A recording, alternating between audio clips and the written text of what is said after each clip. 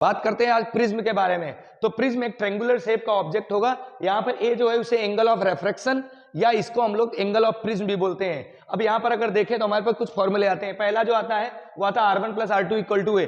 R1 यहाँ पर पहला रेफ्रेक्शन एंगल है और ये दूसरा एंगल ऑफ रेफ्रेक्शन है। दोनों का सम जो होगा किसके बराबर होगा? A के बराबर प्रिज्म एंगल। दूसरा आता है A + डेल, डेल हमारा डेविएशन एंगल, दोनों का जो सम है वो I + E के बराबर होता है। ये दो फॉर्मूले बहुत इंपॉर्टेंट है। आते हैं कंडीशन ऑफ मिनिमम डेविएशन, मतलब डेविएशन क्या हो, ये कम से कम हो। अगर ऐसा है तो उस केस में R1 और R2 क्या हो जाते हैं? इक्वल हो जाते हैं। अगर इक्वल होगा तो यहां से हम R = A/2 लिख सकते हैं। दूसरा क्या है? I और E इक्वल हो जाते हैं। अगर I और E इक्वल हो गए तो यहां से हम I की वैल्यू सॉल्व कर सकते हैं। ये आ गया।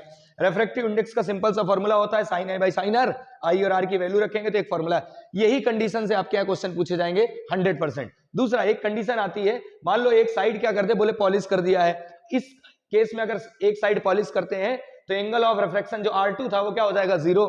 एक और केस आता है कि रे जो है वो क्या हो जाए, इस सरफेस से ऐसे चली जाए, इस सरफेस से ऐसे। उस केस में जो E है वो कितना हो जाता है? 90 डिग्री हो जाता है। जय हिंद।